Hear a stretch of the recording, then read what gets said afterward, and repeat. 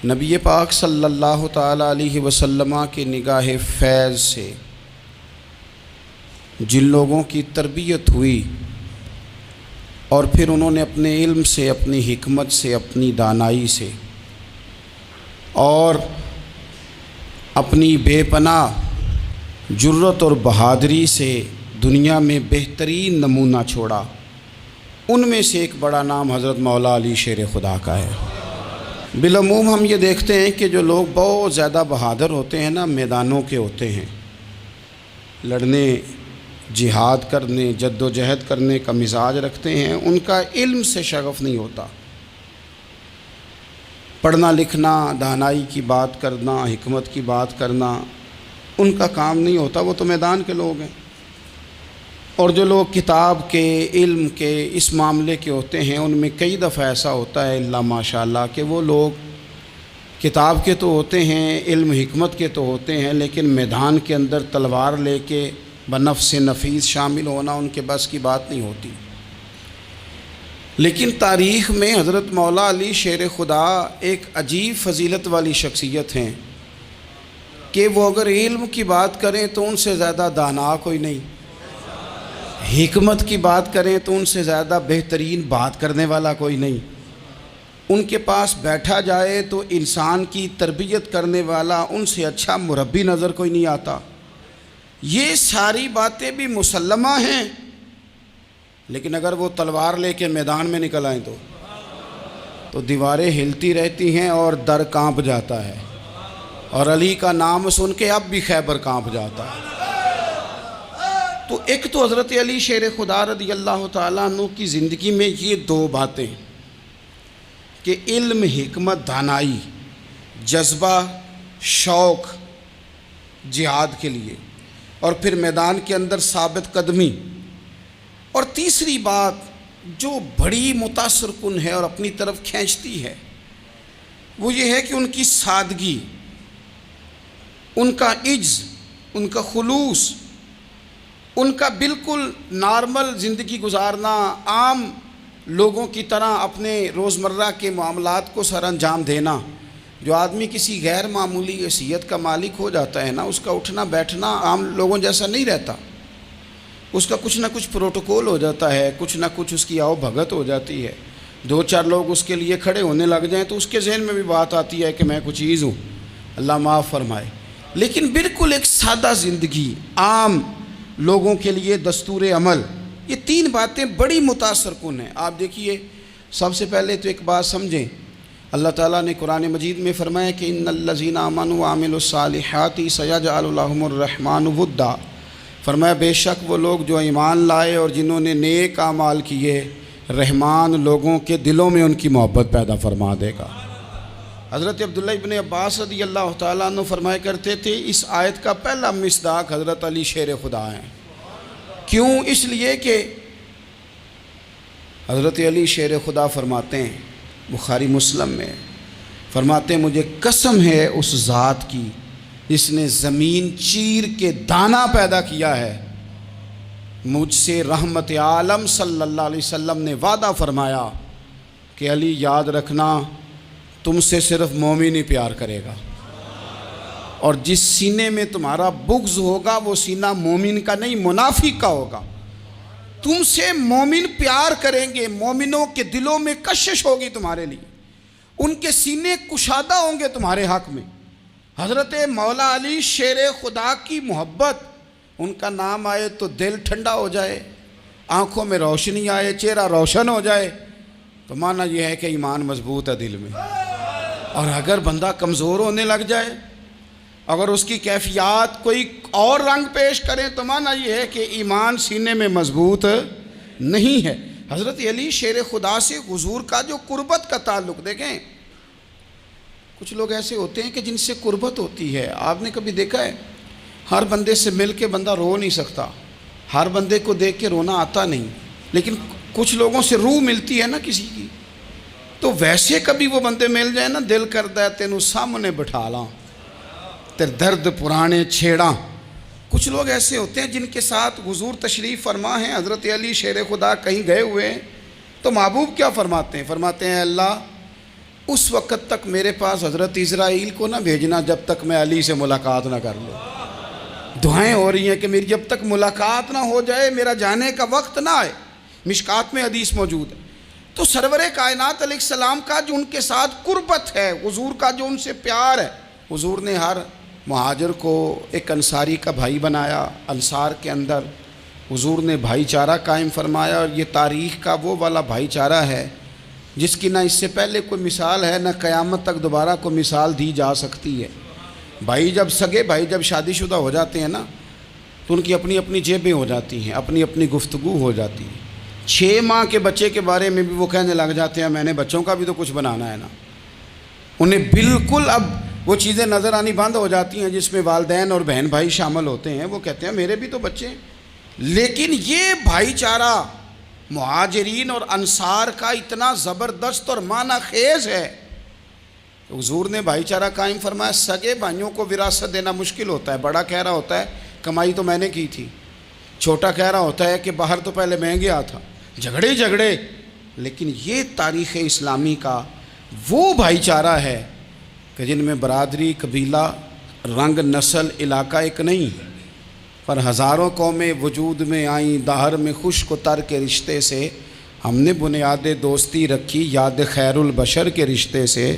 اور اقبال نے جن انداز میں اس مضمون کو بیان کیا ہے وہ انداز ہی نرالا ہے۔ اقبال فرماتے ہیں خاص ہے ترکیب میں قوم رسول ہاشمی، بننے میں کوئی خاص، ان کی ترکیب بھی کوئی خاص ہے۔ حضور نے بھائی بھائی بنا دیا۔ اب بھائی جن کو دینی اسلامی مذہبی بھائی بنایا ہے، وہ دوسرے بھائی کے بارے میں کیا ذہن رکھتا ہے؟ وہ کہتا ہے کہ میرے بھائی میرا کاروبار بھی آدھا تیرا، جائیداد بھی آدھی تیری، چونکہ تو میرا بھائی ہے تو تو رسی لے کے پیمائش کر لے، میں اپنا گھر بھی بانٹ کے آدھا تجھے دینا چاہتا ہوں۔ جب اس قدر زیادہ لوگوں کی نظریاتی پختگی ہوئی اور لوگ اس قدر زیادہ مزاج رکھنے لگے، تو پھر ایک خاص قربت کا ماحول وہاں نظر آیا۔ پھر وہ جو مہاجر بن کے آئے تھے اور بہت زیادہ جن لوگوں نے جہاد کیا تھا، جد و جہد کی تھی، گھر بار چھوڑے تھے، پھر ان لوگوں کو زیادہ دشواری نہیں ہوئی، زیادہ آزمائش نہیں ہوئی دل لگانے میں اور مدینے میں رہنے میں۔ بڑی آسانی سے وہ لوگ وہاں رہنے لگے، اور بڑی جلدی ان کا مدینے سے اور اہل مدینہ سے پیار بڑھ گیا۔ تو میرے عزیز بھائیوں، حضور نے ہر انصاری اور مہاجر کو ایک دوسرے کا بھائی بنا دیا، سب کو بنا دیا۔ حضرت علی رہ گئے۔ اب یہ تو دونوں مہاجر ہیں، حضور بھی مکہ شریف سے آئے ہیں، حضرت علی بھی، بظاہر تو دونوں مہاجر ہیں، اگرچہ ساری زمین کے مالک رسول پاک ہیں۔ سب کو بھائی بھائی بنا دیا، تو اب ہر بندے کو بھائی مل رہا ہے، اور بھائی بڑے پیارے ہوتے ہیں۔ میں کئی دفعہ کہتا ہوں کہ بھائی بڑے پیارے ہوتے ہیں، کچھ قدورتیں دنیاوی طور پر معاذ اللہ دلوں میں آ جاتی ہیں، لیکن بھائی کا درد جو بھائی محسوس کر سکتا ہے وہ بھی دوسرے کو محسوس نہیں ہوتا۔ تو حضرت علی جب کسی کے بھائی نہیں بنائے گئے تو رو ہی پڑے۔ اتنے دلیر بندے تھے، پر بھائی کی ضرورت بندہ اتنی محسوس کرتا ہے، اس کو بھائی سے لگاؤ اتنا زیادہ ہوتا ہے کہ مولا علی رو پڑے، مشکات میں موجود، روئے۔ حضور نے فرمایا کیوں روتے ہو؟ عرض کی حضور آپ نے سب کو ایک دوسرے کا بھائی بنایا ہے، میں رہ ہی گیا ہوں، مجھے کسی کا بھائی نہیں بنایا۔ اب وہ آنسوؤں میں لپٹی ہوئی وہ بات حضرت علی نے عرض کی، تو محبوب نے فرمایا علی انت اخی فی الدنیا والآخرہ، فرمایا علی تو میرا بھائی ہے، اور نرا دنیا میں نہیں، تو دنیا اور آخرت میں میرا بھائی ہے، تو میرا بھائی ہے دنیا میں بھی اور آخرت میں بھی۔ تو حضرت مولا علی شیر خدا کرم اللہ تعالی وجہہ الکریم کے جو فضائل ہیں، جو ان کے خصائص ہیں، ان کی جو فضیلت کی باتیں، میں نے جیسے کہا کہ انہیں بڑی زیادہ دلچسپی تھی میدان جہاد سے، شوق شہادت ان کا دیدنی تھا۔ ایک موقع پر نبی پاک صلی اللہ تعالیٰ علیہ وسلم نے ارادہ فرمایا کہ حضرت علی کو اپنا نائب بنا کے مدینہ منورہ میں چھوڑ کے جایا جائے۔ محبوب کریم علیہ السلام جب بھی تشریف لے جاتے تھے تو کسی ایک کو نائب بنا کر مدینہ منورہ میں چھوڑ جاتے۔ حضرت عبداللہ ابن مختوم رضی اللہ تعالیٰ عنہ کو بھی ایک دفعہ حضور چھوڑ کے گئے، تو ایک جنگ کے موقع پر محبوب نے حضرت علی شیر خدا سے کہا کہ آپ کو میں اپنا نائب بنا کے یہاں چھوڑ کے جاتا ہوں۔ یہاں لوگ جان چھڑاتے ہیں، کام کا جب وقت آتا ہے، میدان میں نکلنے کا وقت آتا ہے تو جان چھڑاتے ہیں، اور وہ کہتے ہیں کہ باقی سارے کام لے لو، جب وقت مشکل آئے تو پھر ہمیں کام نہ بتاؤ۔ اب مشکل وقت ہے، جہاد میں جانا ہے۔ حضرت مولا علی شیر خدا کرم اللہ تعالی وجہہ الکریم کو حضور نے فرمایا کہ اس دفعہ میرا ارادہ بنا ہے کہ تمہیں چھوڑ کے جاؤں۔ تو حضرت علی کو چھوڑ کے جایا جا رہا ہے، ان کو مدینے میں رہنا ہے، میدان میں نہیں جانا۔ عام آدمی کتنا پسند کرتا ہے کہ میں آرام سے رہوں گا، لیکن حضرت علی کو اتنا شوق تھا میدان جہاد کا، اتنی تڑپ تھی ان کے دل کے اندر کہ عرض کرنے لگے یا رسول اللہ صلی اللہ تعالی علیہ وسلم، رو پڑے، کہنے لگے حضور ساری دنیا میدان میں جہاد کرے گی اور میں یہاں عورتوں اور بچوں کے پاس رہوں گا، میں یہاں عورتوں اور بچوں کے بیچ وقت گزاروں، حضور مجھے لے کے جائیں۔ تو وہاں بھی حضور نے محبت کی بات سمجھائی، فرمایا علی جب حضرت موسیٰ کوہ طور پہ گئے تھے تو اپنے بھائی جناب ہارون کو چھوڑ گئے تھے، تو تم بھی تو میرے لیے اسی طرح ہو نا جس طرح موسیٰ کے لیے ہارون تھے۔ لیکن فرمایا یہ یاد رکھنا میرے بعد نبی کوئی نہیں، حضرت موسیٰ بھی نبی ہیں اور جناب ہارون بھی نبی ہیں علیہم السلام، لیکن وہ انہیں چھوڑ کے گئے تھے، میں تمہیں چھوڑ کے جا رہا ہوں۔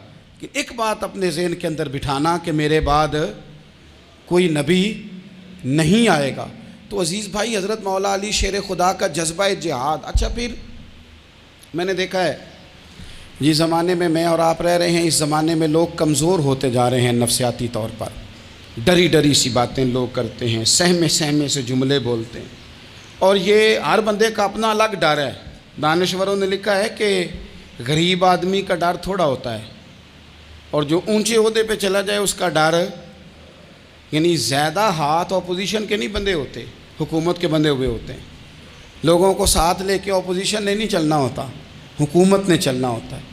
تو حکومت میں جب لوگ ہوتے ہیں تو ان کے اندر کمزوری آ جاتی ہے، جب آپ بڑے عہدے پہ چلے جاتے ہیں تو آپ کی مجبوریاں بھی بڑی ہو جاتی ہیں، ہر آدمی کہیں نہ کہیں کمزور پڑتا ہے۔ اور ہمارے ہاں تو لوگ ذرا بیمار ہو گئے تو گئے، اور آج کل جو سب سے بڑا مسئلہ ہے وہ یہ ہے کہ لوگ کیا کہیں گے، اور لوگوں نے بڑے بڑے لوگوں کو پاگل کر دیا ہے، بڑے بڑے لوگوں کو۔ ہمارے علماء نے ایک بات لکھی ہے کہ ایک دفعہ نا ایک استاد صاحب سبق پڑھانے کے لیے آئے تو طالب علموں نے ارادہ کیا کہ آج استاد جی کو بیمار کرنا ہے۔ یہ جو آپ کے مشیر ہوتے ہیں نا ارد گرد، ان کی پڑتال بھی بڑی ضروری ہوتی ہے کہ یہ خبر کون سی لے کے آ رہے ہیں اور یہ کس طرح سے گائیڈ کر رہے ہیں۔ ہمیں تنقید کرنے والا بندہ اچھا تو نہیں لگتا، لیکن تنقید کرنے والے جو ہوتے ہیں وہ ہمیں نکھارتے ہیں، وہ ہماری کمزوریاں جو ہمارے اپنے نہیں نکال سکتے وہ نکال کے ہمیں بتاتے ہیں کہ تم یہاں کمزوری کر رہے، اس کا نفع ہوتا ہے۔ طالب علموں نے ارادہ کیا ایک دفعہ، یہ ہم جو اتنی زیادہ توجہ کرتے ہیں نا لوگوں کی باتوں پہ، لوگ کیا کہیں گے، میں کئی دفعہ دوستوں سے عرض کرتا ہوں زیادہ وضاحتیں نہ دیا کریں، زیادہ وضاحتیں دینے سے بھی بندہ کمزور ہو جاتا ہے۔ ہر وقت کا انداز وضاحتوں کا اور ہر وقت دفاعی محاذ پہ نہیں کھڑے رہنا چاہیے۔ وہ ارادہ کر لیا لوگوں نے، طالب علموں نے، کہ استاد جی کو بیمار کرنا ہے، تو استاد صاحب چنگے بھلے اچھے بھلے صحت مند آئے، کلاس میں داخل ہوئے تو پہلا شاگرد کہتا ہے استاد جی خیر ہے، آنکھیں بڑی سرخ ہیں۔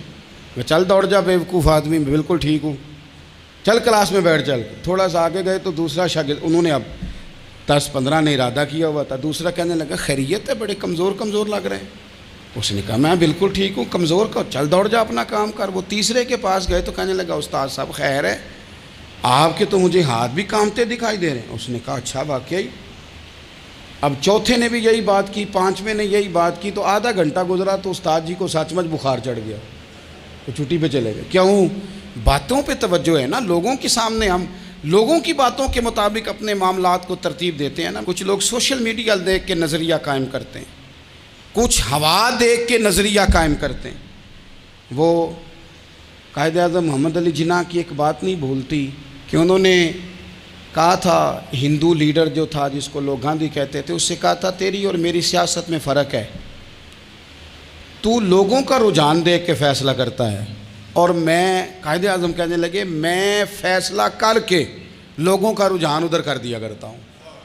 یہ کمال ہوتا ہے کسی شخص کا کہ اس کا اپنا نظریہ غالب آئے، بجائے اس کے کہ وہ دیکھے آج کل لوگ کیا کہہ رہے ہیں تو لہذا میں اس طرح کا ڈھل جاؤں۔ لوگ تو ایک وقت کے لیے کچھ کہتے ہیں، پھر اگلے 4 گھنٹوں میں کچھ اور کہتے ہیں۔ حضرت مولا علی کے مزاج میں استقامت ہے، اور جو لوگ جو بہت زیادہ پراپوگنڈا کرتے ہیں اور بہت زیادہ کسی کے بارے میں بات کرتے ہیں، ان کا وہ مزاج نہیں، ان کی وہ طبیعت نہیں، وہ اپنے حساب سے فیصلہ کرتے۔ ایک شخص تھا عمر بن عبد ود، 90 سال کا بوڑھا، لیکن جب تلوار لے کے میدان میں آتا تھا تو 1000 آدمی کے مقابلے میں لڑتا تھا، اور لوگ جگہ جگہ یہ کہتے تھے تو اس طرح ہے جس طرح عمر بن عبد ود لوگوں کو ڈراتا ہے، تو اس طرح ہو گیا۔ یہ اس کے ارد گرد کے لوگ اس کی مثالیں دیتے تھے۔ جنگ خندق جب ہو رہی تھی تو یہ مقابلے میں آ گیا، تو حضرت علی المرتضیٰ شیر خدا کرم اللہ تعالی وجہ الکریم بھی تشریف فرما تھے۔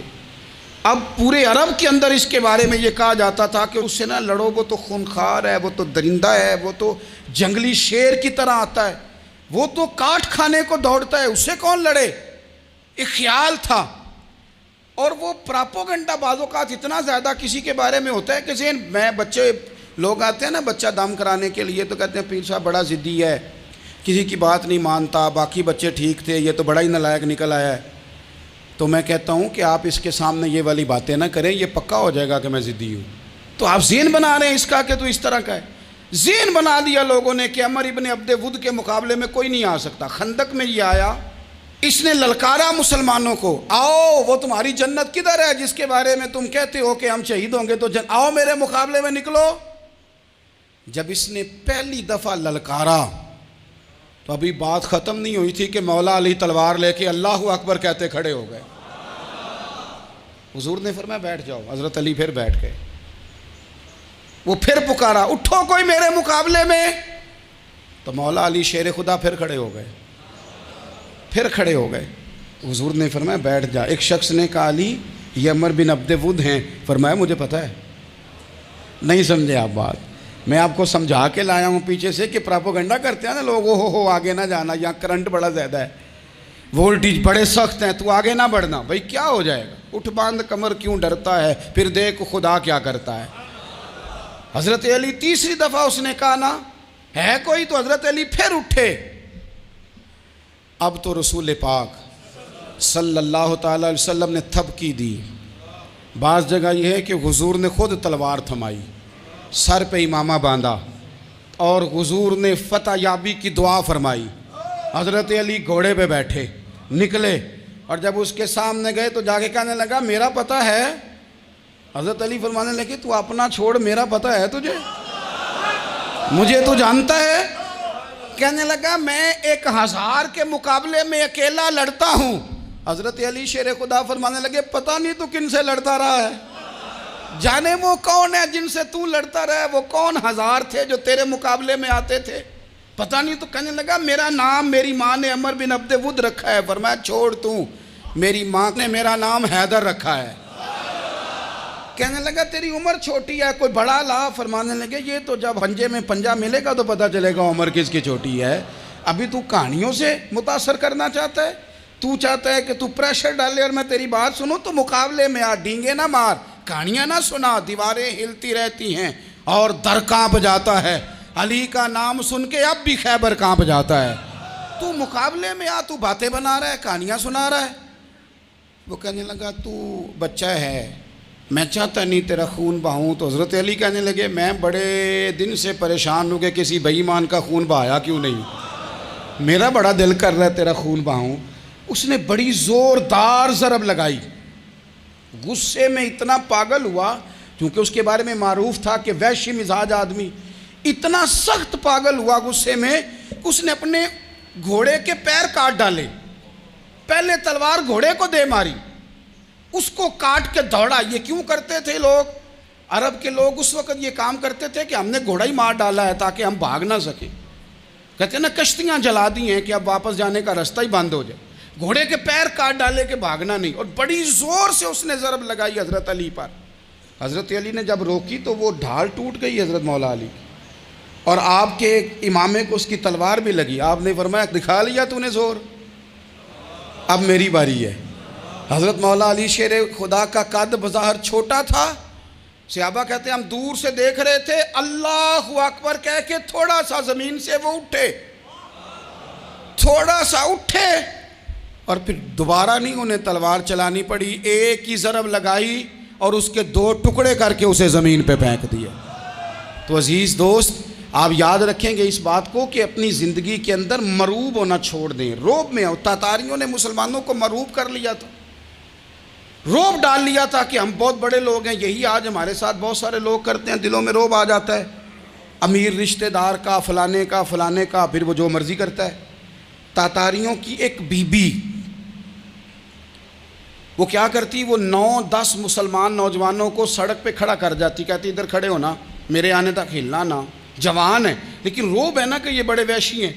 اکیلی بی بی اندر جاتی, تلوار لے آتی, اور وہ کھڑے ہیں, وہ بھاگے بھی نہیں, اتنا ڈر گئے, ٹانگیں کانپ رہی ہیں, بھاگنے کی بھی جرت نہیں کر رہے. تسلی سے گئی ہے, تلوار لے کے آئی ہے, اور اس نے 9 جوان مسلمانوں کے گلے کاٹ دیے.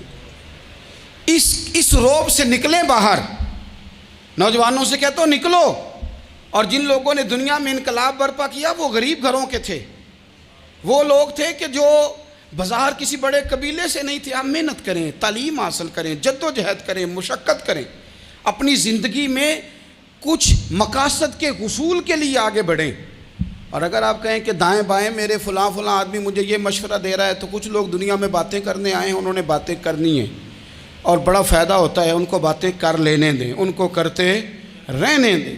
کام کرنے والا بندہ کام کرتا ہے اور کرتا ہی چلا جاتا ہے, وہ منزل تک پہنچ جاتا ہے. تو حضرت علی کے مزاج میں دلیری ہے, ہمت ہے, ایک بات. اور دوسری بات دانائی, حکمت. یہ جو ہمارے فیصلے ہیں نا جذباتی, اور جناب آج فلانے نے یہ کہہ دیا تو میرا پروگرام یہ بن گیا, تو پھر کل کسی نے اور کچھ کہہ دیا تو میرا پلان اور بن گیا. میں سب سے زیادہ ان لوگوں کے حق میں پریشان ہوتا ہوں جو سویرے کچھ اور کہتے ہیں, دوپہر کو کچھ اور کہتے ہیں, شام کو کچھ اور کہتے ہیں. بھئی آپ کا کوئی نظریہ ہونا چاہیے, کوئی ویژن ہونا چاہیے زندگی میں, آپ کے اندر کوئی حکمت اور دانائی ہونی چاہیے. اس کے لیے کیا کرنے کی ضرورت ہوتی ہے؟ اس کے لیے ضرورت ہوتی ہے کہ آپ کا ذہن ایک طرف ہو. میرے اسا فرمایا کرتے تھے زندگی میں ایک کام کر لو پر صحیح کر کے کر لو. ہم نے تو سارے کام کرنے ہیں. آج کل ہر بندہ صحافی ہے, ہر بندہ تجزیہ نگار ہے, ہر بندہ سیاستدان ہے, ہر بندہ ہی مفتی ہے, ہر بندہ ہی جناب واعظ ہے, ہر بندے کے پاس ہی کچھ مسئلے.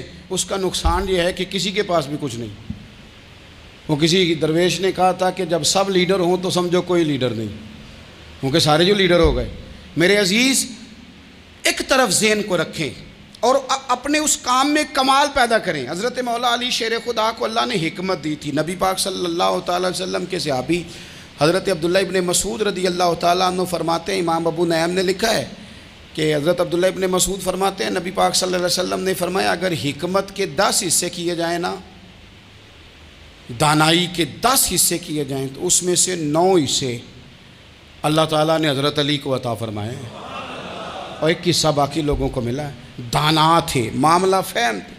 کچھ بندے بڑے منافق قسم کے تھے, تو حضرت علی اذان ہو گئی تو وہ حضرت مولا علی شیر خدا کے پاس آ گئے. اذان ہو گئی, حضرت علی نے جماعت کرانی. ان کا خیال تھا کہ آج ہم نے جماعت لیٹ کرانی ہے کسی طریقے سے. ہم چونکہ زیادہ باتیں, میں دوستوں سے کہتا ہوں بہت زیادہ خبریں نہ دیکھا کرو, بہت زیادہ بھی چیزیں نہ سنا کرو. آپ تو میرے بھائی موبائل کے اندر چلے جائیں گے, پھر باہر کی دنیا تو اور ہے. تو تھوڑا باہر بھی نکلیں تصویروں سے, تھوڑا باہر بھی آئیں, دیگر معاملات بھی دیکھیں. ہمیں بڑے بڑے اچھے لوگ زندگی میں مل جائیں گے, لیکن ہم ان کے قریب نہیں جاتے. ہم دیکھتے نہیں کہ اصل بات کیا ہے, سنی سنائی چیزوں پر زیادہ گمان کرتے ہیں. اب حضرت علی چونکہ بڑے دانا تھے, مصلے پہ بڑھ رہے ہیں, جماعت کھڑی کرنی ہے, اللہ اکبر کہہ رہے ہیں. بندوں کا خیال تھا نماز لیٹ کرانی ہے. انہوں نے فٹافٹ حضرت علی سے کہا کہ حضور ذرا وہ جانور تو بتائیے گا کتنے ہیں جو انڈے دیتے ہیں, اور ذرا وہ بھی بتائیے گا جو بچے دیتے ہیں.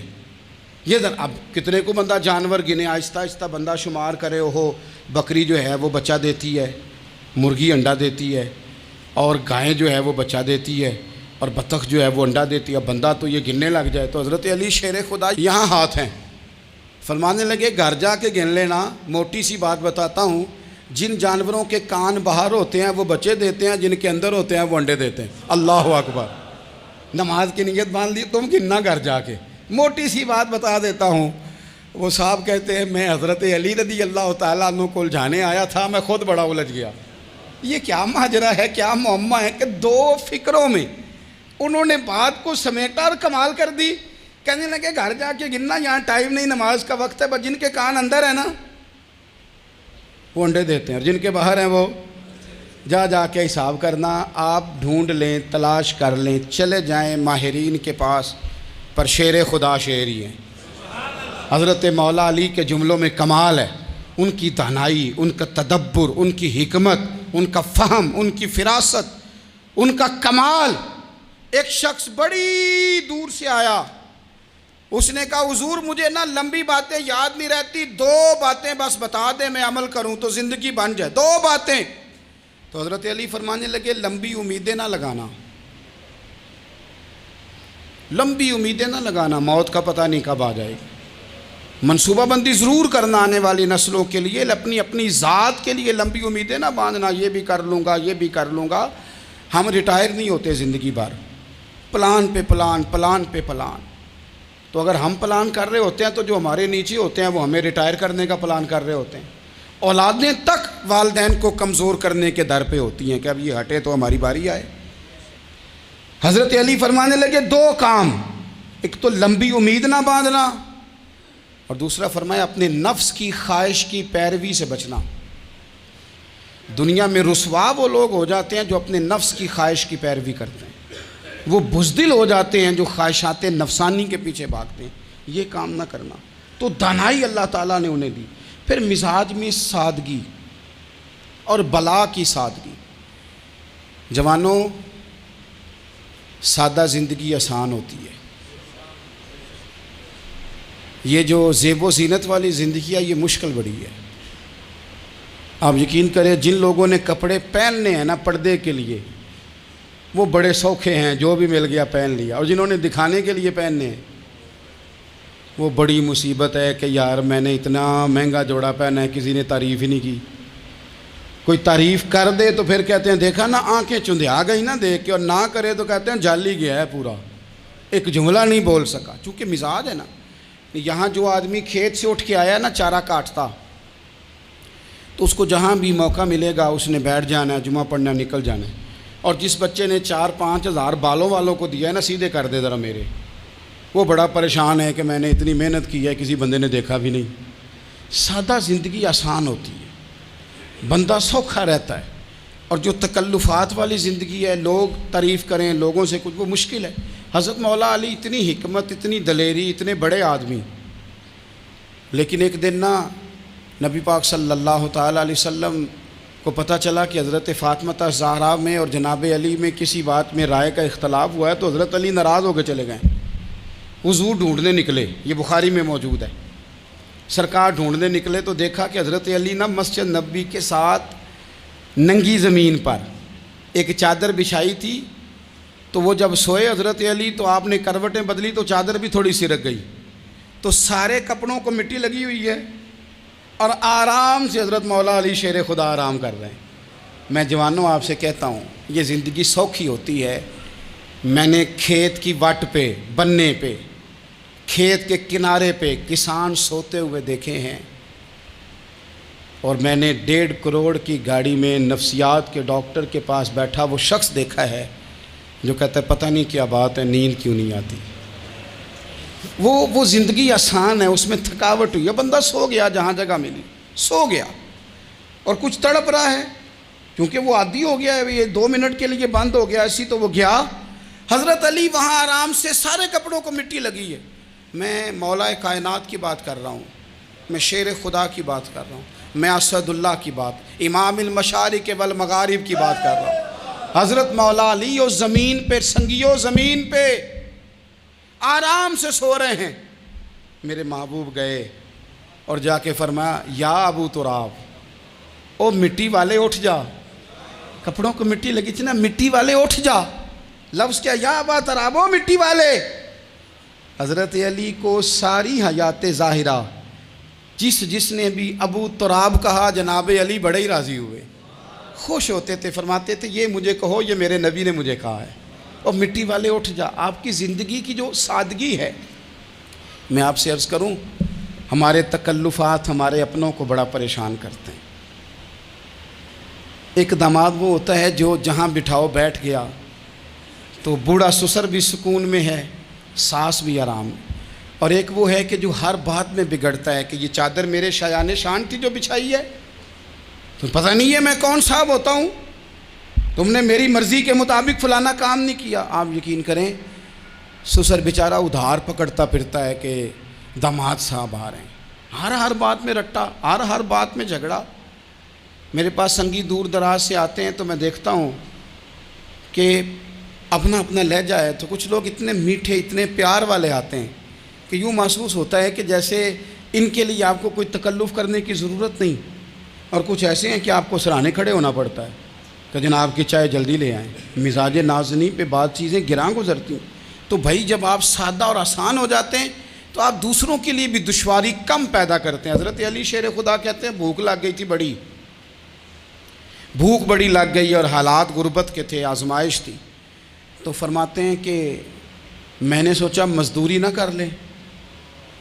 ہم کیا کرتے ہیں، جو زیادہ غریب ہے وہ مانگ لیتا ہے، جو درمیانے طبقہ ہے کا وہ ادھار لے لیتا ہے. حضرت مولا علی نے کیا فرمایا مزدوری نہ کر لیں، چونکہ حالات کچھ اور تھے.